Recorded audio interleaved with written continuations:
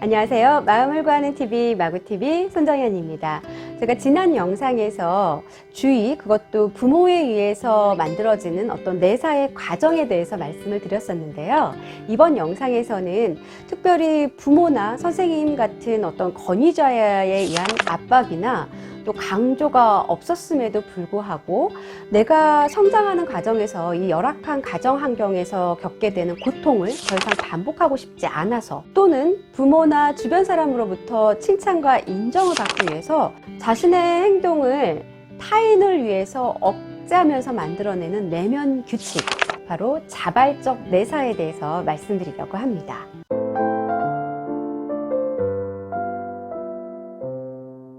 이해하기 쉽도록 한 내담자의 이야기를 해드려 볼게요. 이 내담자는 어린 시절 아버지가 돌아가시고 어머니 혼자서 아들 셋을 키우셨다고 합니다. 엄마가 늘 고통스럽고 힘들어 보였겠죠. 그런데 내담자가 보기에 형들은 정말로 철이 없어 보였다고 합니다. 이 내담자가 막내였거든요. 늘 용돈을 달라고 떼쓰기도 하고요. 뭔가 옷을 사달라고 한다거나 새로운 것들, 뭔가 주문이 엄마에게 굉장히 많았다는 거죠.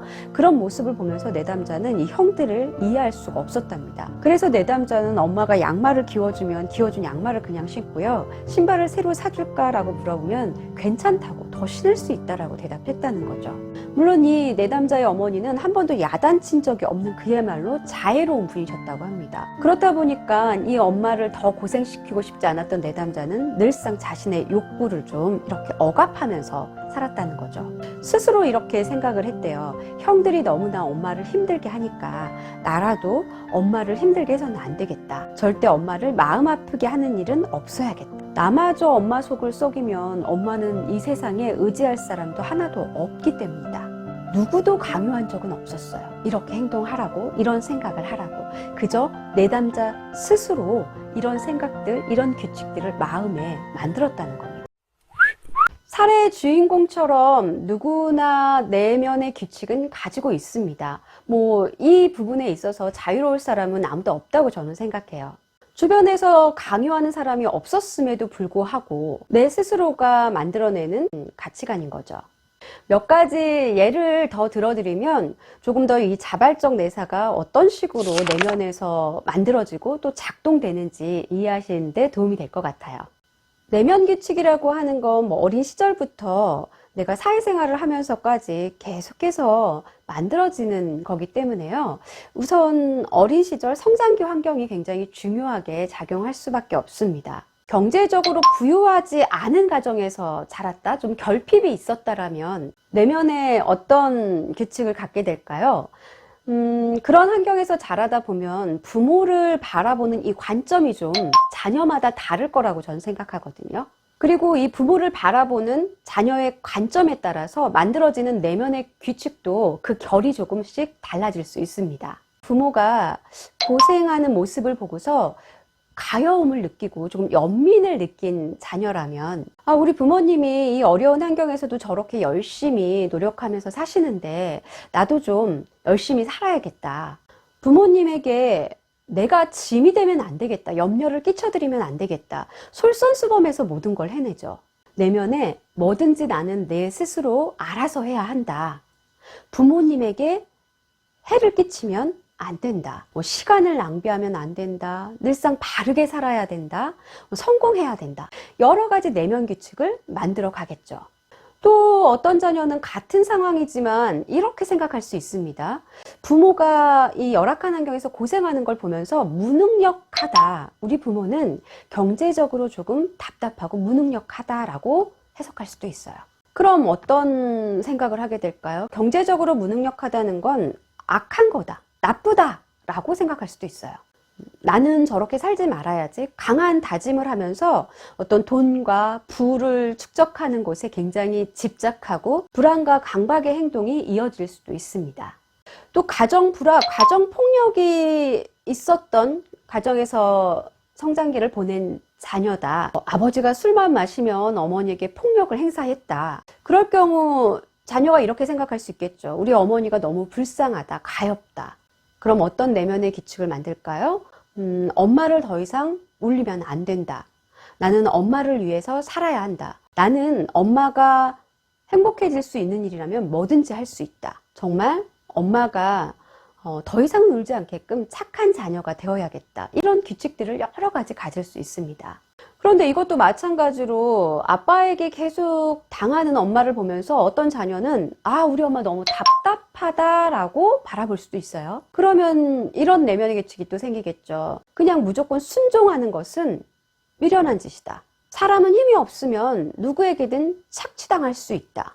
타인이 나를 공격하기 전에 내가 먼저 공격해야만 한다. 이처럼 굉장히 방어적인 내면 규칙을 만들 수도 있습니다. 분명 내사라고 하는 것은 부모나 선생님, 권위자에 의해서 외부의 압력, 어떤 주입에 의해서 만들어지는 거라고 지난 시간 말씀드렸는데, 자발적 내사는 부모라든지 주변 사람들이 전혀 개입하지 않았어요. 그런데 그들이 살아가는 모습을 보고, 주변 그냥 놓여진 환경을 보고서 내 스스로가 내면의 그런 규칙들을 프로그래밍 하기 시작한다는 겁니다. 그러니까 같은 상황에서도 전혀 예상치 못한 내면 규칙들이 만들어질 수도 있다는 거죠. 그래서 이렇게 상담 장면에서도 부모가 하는 말과 자녀가 하는 말이 좀 다를 때가 있거든요. 그야말로 실제 부모의 모습과 내 안에서 내가 만들어버린 내사된 부모의 모습이 다르기 때문인 거죠. 그리고 이 자발적 내사가 굉장히 중요한 이유가 어떤 가정에서의 결핍, 좀 불안 환경이었다. 그러면 어느 정도 만들어질 것 같아 라고 하는 우리가 보통의 추측들을 하거든요. 그런데 이 자발적 내사는 그런 경우가 아니더라도 만들어져요. 제3자가 봤을 때 굉장히 부유한 환경이고 부모님도 어쩌면 사회적으로 굉장히 존경받는 위치에 있으신 분들, 인성도 좋으시고 훌륭한 분이실 경우에도 자녀의 내면에는 스스로 만들어내는 이 자발적 내사가 생길 수도 있다는 겁니다. 지난 영상에서 제가 한번 저희 아이의 사례를 가지고 설명을 드린 적이 있습니다. 실제 제가 아는 지인 중에 부모님이 두 분 다 방송 쪽에서 일을 하셨던 친구가 있어요. 이 부모님들이 어떤 공인의 위치에 있다 보니까 이 친구는 학창 시절에도 늘상 조금 튀지 않으려고 애썼었대요. 친구들은 물론이고 주변의 선생님 또 윗 어른들, 심지어는 지나가는 자신을 모르는 사람까지도 굉장히 의식할 수밖에 없었다는 거죠. 혹시나 자신이 어떤 실수를 하게 되면 그 부분이 부모님에게 해가 될까봐 늘상 긴장하면서 자신의 행동을 또 생각을 억제하고 통제하기 바빴다는 거죠. 습관적으로 그야말로 억제와 억압의 방어 기제를 사용했던 겁니다. 부모님은 전혀 강요하지도 개입하지도 않았어요. 그래서 이렇게 자발적 내사가 그냥 부모의 강요에 의해서 만들어진 내사보다 훨씬 심리적인 문제와 연결될 가능성이 높다고 저는 생각을 합니다. 내면의 규칙은 누구나 가지고 있을 수 있어요. 그런데 지난 영상에서도 말씀을 드렸지만 이 내사가 된 내면 규칙이라고 하는 건 내가 느끼는 감정, 욕구들을 제때 충족시키지 못하다 보니까 감정의 어떤 찌꺼기들이 이렇게 계속해서 차곡차곡 쌓인다는 거죠.